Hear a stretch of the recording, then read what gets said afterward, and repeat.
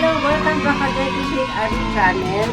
Ayan, meron po tayong vlogs for today is all about Kapampangan language. Paano ba sa Kapampangan ang tawag kapatid ng bahay?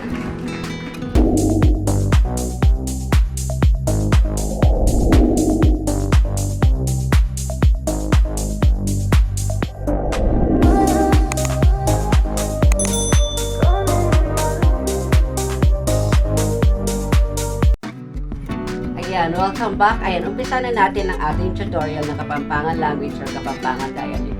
Ano ba sa Kapampangan ng bahay? Ang tawag sa Kapampangan ang bahay ay bali. Ang tawag sa silong ng bahay, lalambali. Ang tawag sa taas ng bahay, babobali. Ayan, tabi ng bahay, lelebali. Bakuran, mula. Daanan, dalan.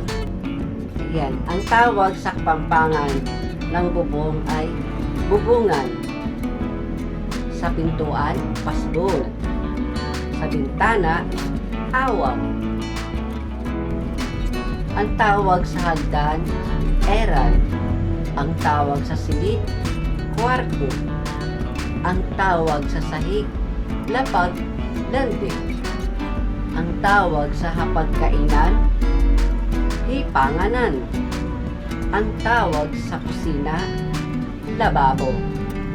Ang tawag sa banyo, kubeta. Higaan, ipagkeran. Balkonahe, balkonahe.